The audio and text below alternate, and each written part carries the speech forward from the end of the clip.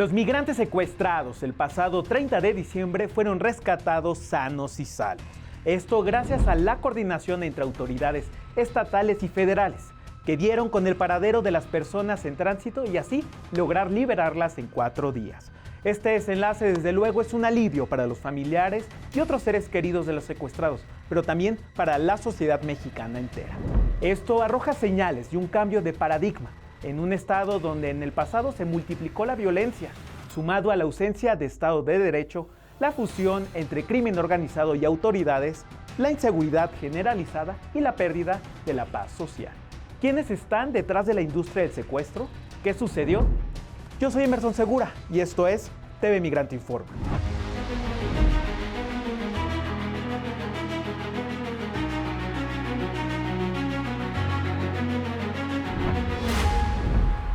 La treintena de migrantes secuestrados en Reynosa, Tamaulipas, el pasado 30 de diciembre fueron rescatados. Esto gracias al trabajo coordinado entre las fuerzas federales y el gobierno estatal. Así lograron liberar a 31 adultos y un bebé. Vamos a ver.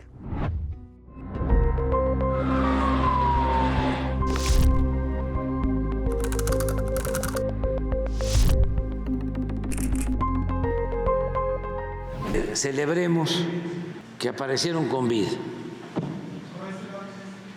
Eso es lo más importante. La actuación de las autoridades federales y estatales permitió la liberación de los 32 migrantes secuestrados la tarde del pasado 30 de diciembre, cuando viajaban de Monterrey, Nuevo León, a Matamoros, Tamaulipas, en un autobús de la línea Senda. Que se intervino pronto, todas las autoridades,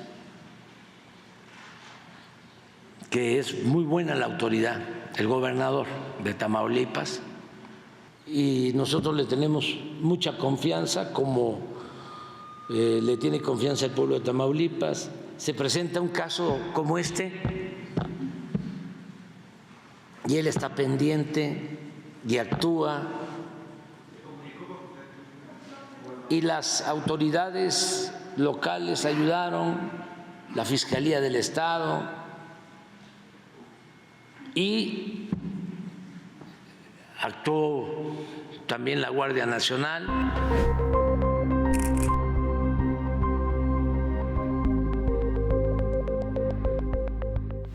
De acuerdo con los primeros reportes, el día del secuestro, un grupo de sujetos detuvieron el autobús donde viajaban los migrantes y lo subieron a 5 o 6 camionetas. El gobierno de México informó que la liberación puede atribuirse a una serie de factores, como la actuación de la Guardia Nacional, de policías de Tamaulipas y autoridades de investigación, así como por lo mediático del caso. Entre los migrantes provenientes de Venezuela, Honduras, Ecuador y Colombia, estaba una bebé de 1 año. Ahora se investiga si el secuestro tuvo la finalidad de extorsionar a sus familias. Y era por el cobro de extorsión a familiares en Estados Unidos. Al momento, se mantienen las indagatorias para dar con los responsables o identificar al grupo delictivo que secuestró a los migrantes.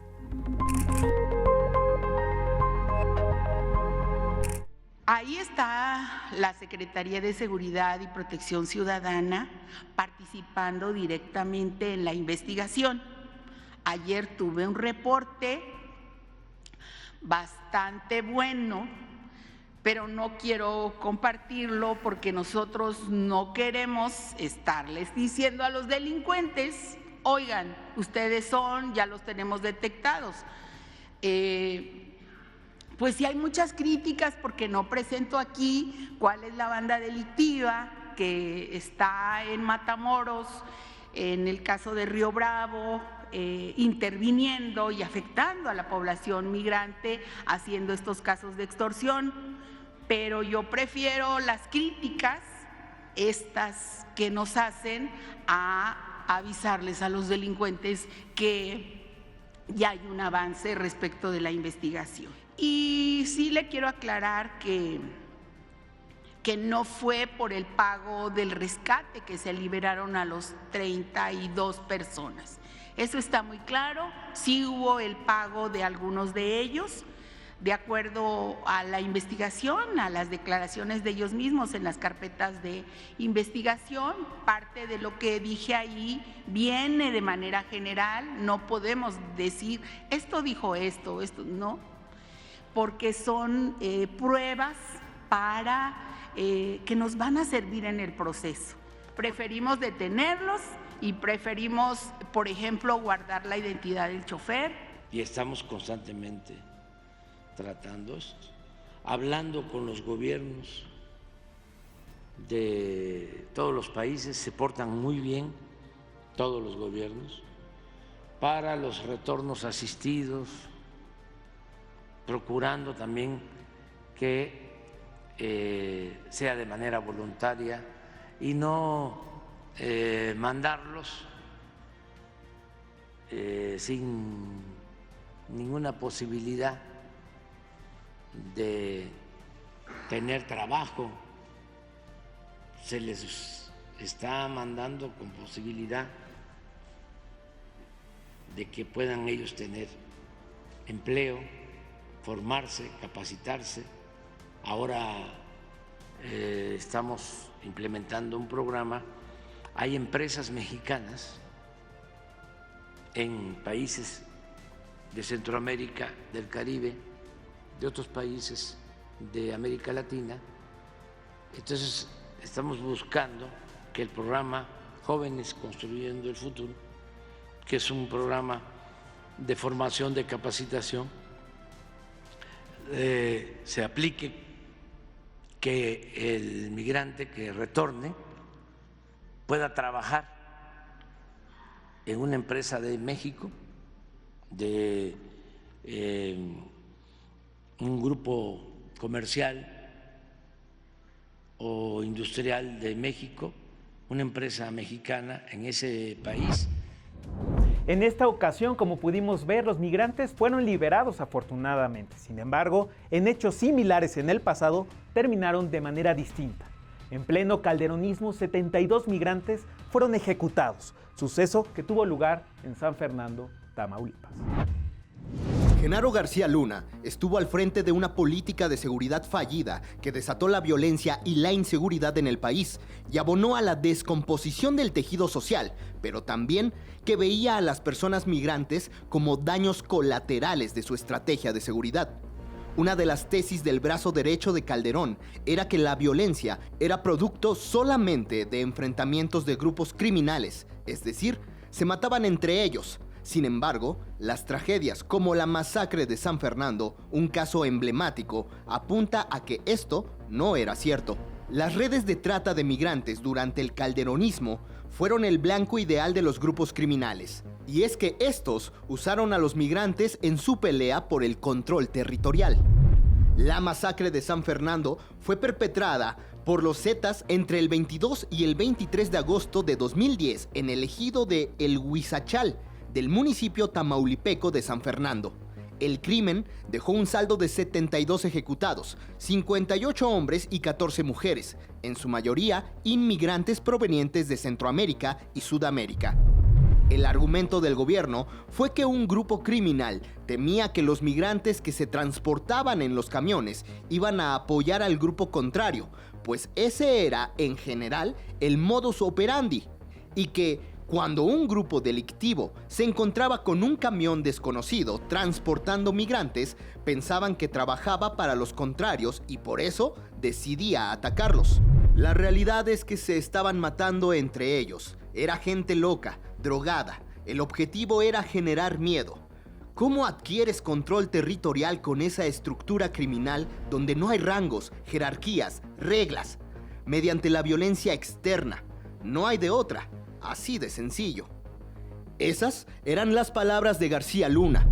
La criminalización de los migrantes solo fue un episodio más de un sombrío sexenio en el que también miles de personas se vieron forzadas a migrar por los altos índices de violencia en su lugar de origen. 2023 se perfiló como el año récord en el flujo de remesas que los connacionales envían a sus familiares a México. Así lo indican las cifras del Banco de México. En noviembre entraron al país 4.098 millones de dólares. Estamos hablando de un máximo histórico de ese periodo desde que inició el conteo de la cifra en 1995.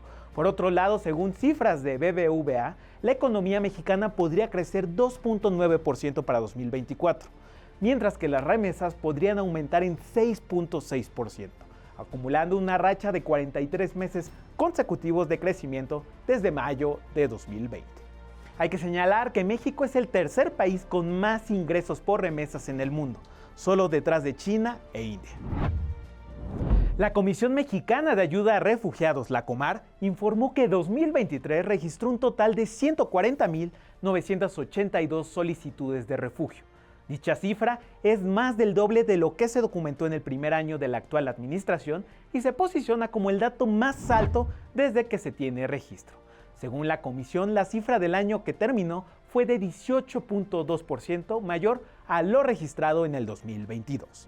Haití lideró la lista con un total de 44.239 solicitudes, seguido de Honduras con 41.935 solicitudes y después Cuba con 18.386 solicitudes. Pero también estuvo El Salvador con 6.117 y finalmente Guatemala con 6.111 solicitudes de refugio.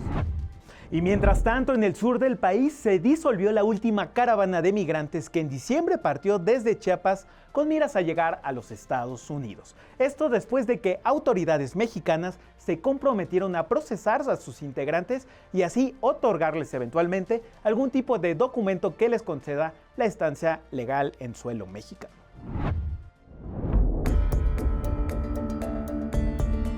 Tras avanzar más de 100 kilómetros en 9 días, la caravana migrante compuesta por cerca de 3.000 personas se desintegró, luego de que los migrantes llegaron a un acuerdo con el Instituto Nacional de Migración, en el municipio de Mapastepec, para viajar a la ciudad de Huixtla, donde podrán tramitar documentos migratorios. Aquí para atrás, por favor, avancemos para atrás.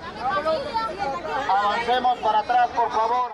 La verdad estamos un poquito decepcionados, no te niego, porque hemos avanzado un poco para que nos devuelvan, es un poco decepcionante, sinceramente, pero con la fe en Dios vamos a ir a Huixtla, allá al punto de migración, para pedir e implorar que nos den esos permisos para poder avanzar.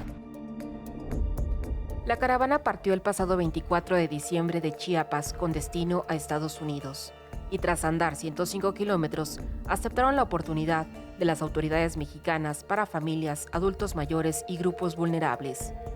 Entre los migrantes predominaban personas provenientes de República de El Salvador, República Dominicana, Honduras, Guatemala, Venezuela, Cuba, Haití, Perú, Brasil, el Congo, Mali y Guinea. Los migrantes abordaron 10 autobuses con dirección hacia la caseta aduanal de Cerro Gordo, ubicada en el municipio de Huixtla, para recibir las visas humanitarias que les permitirán una estancia de hasta por 1 año en México y poder calificar después para acceder a una visa permanente. Se van a entregar al DIF para que ellos les restituyan de sus derechos y a través de la restitución de derechos entregarles una tarjeta por razones humanitarias válida en todo el territorio nacional por 1 año con trabajo, incluso con trabajo. Sé que muchos migrantes, sobre todo cubanos, tienen el temor de ser devueltos. Durante 2023 se registraron cifras históricas de personas que buscan entrar a Estados Unidos en la frontera con México. La Oficina de Aduanas y Protección Fronteriza estadounidense confirmó esta semana la llegada de más de 2.2 millones de migrantes de enero a noviembre.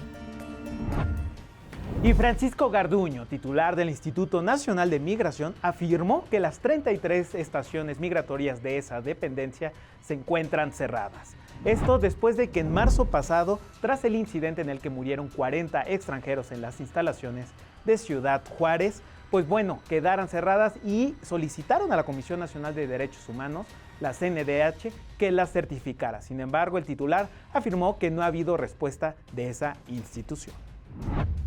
Y la Secretaría de Relaciones Exteriores anunció el jueves pasado la reanudación de operaciones en 4 cruces fronterizos con los Estados Unidos, lo cual permitirá restablecer la actividad comercial entre ambos países. Se trata de los cruces Eagle Pass en Texas, San Isidro en San Diego, California, Lukeville, Arizona y la entrada peatonal de Morley en Nogales, Arizona.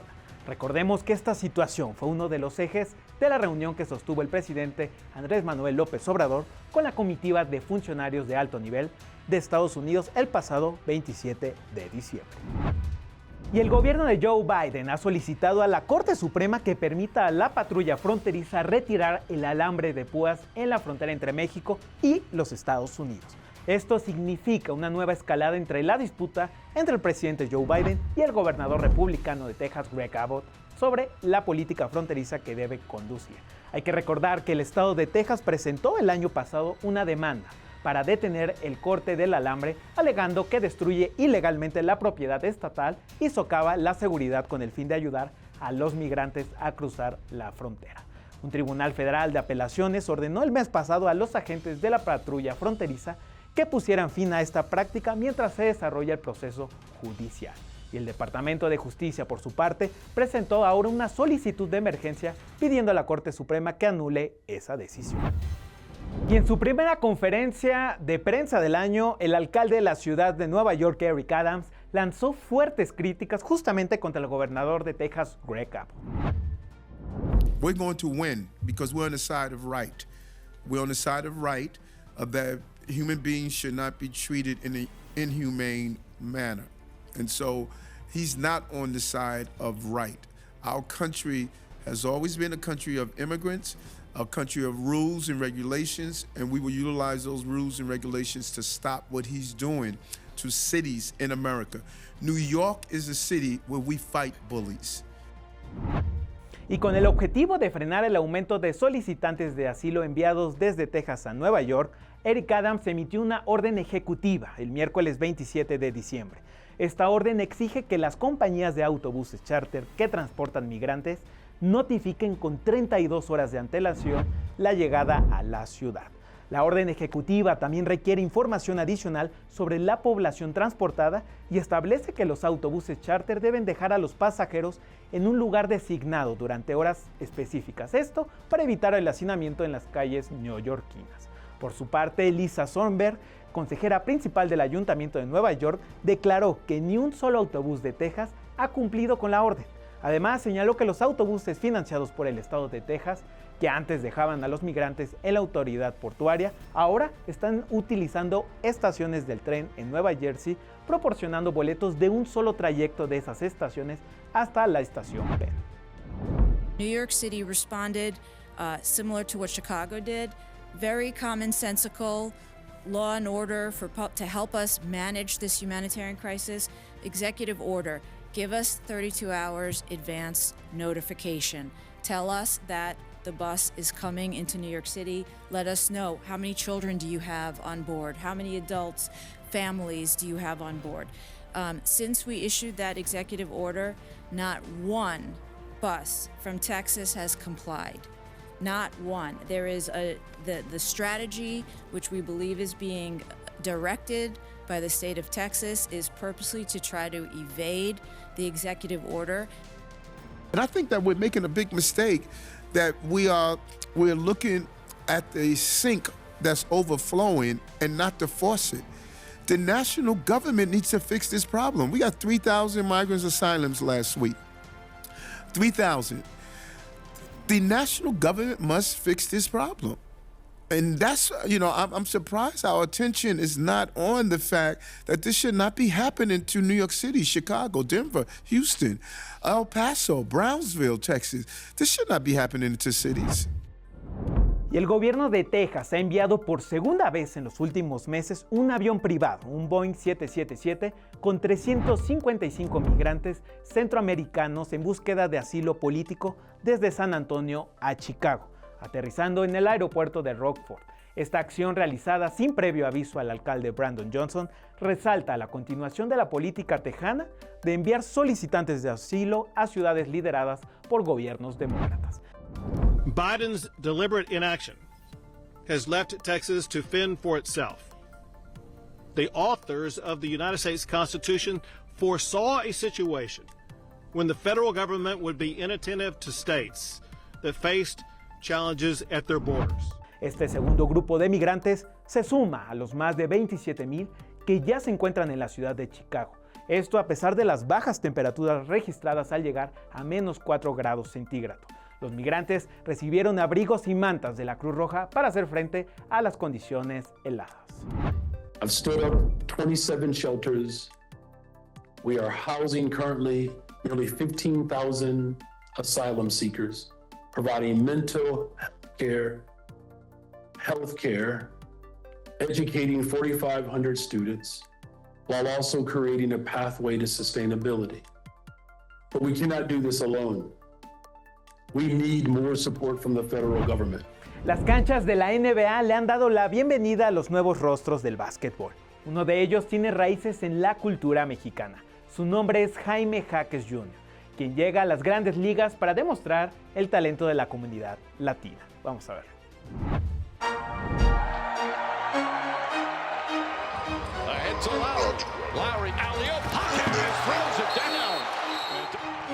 Ha llegado como un huracán a la NBA. Su nombre es Jaime Jaques Jr., quien a sus 22 años, con 1,98 m de altura y un talento descomunal, se ha convertido en la joven promesa del básquetbol internacional. I'm trying to, push that to as many corners of the globe as possible. I'm very open to trying to be that guy to, show the world what Latin people can do, and that's play basketball as well. Jaques nació en Irvine, California, el 18 de febrero de 2001. Es hijo de padres mexicanos quienes durante la infancia del jugador cimentaron sus pasos hacia este deporte, cultivando su amor por las canchas y la emoción que persigue al balón.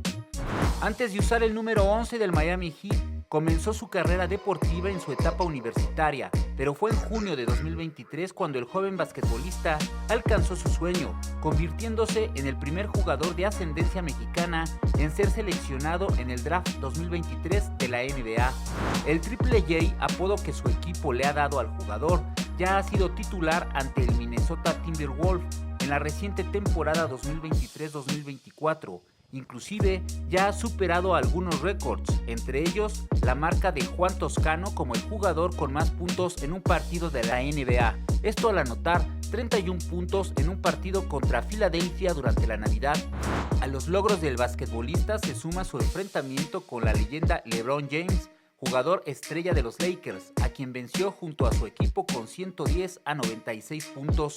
Por si fuera poco, la reciente estrella del básquetbol representó a México en los Juegos Panamericanos de 2019 de Lima, Perú, defendiendo los colores de la selección mexicana. Jaques fue candidato al Rookie del mes de octubre pasado, galardón que la NBA otorga al mejor jugador del primer año de la Conferencia Este. La NBA es el primer escalón en la carrera de Jaime Jaques Jr., Su nombre ya comienza a tallarse en el Salón de las Leyendas del Básquetbol Mexicano. En cada juego, México estará en sus hombros, acompañando el camino del jugador y ayudándolo a superar todas las barreras que busquen frenar su historia.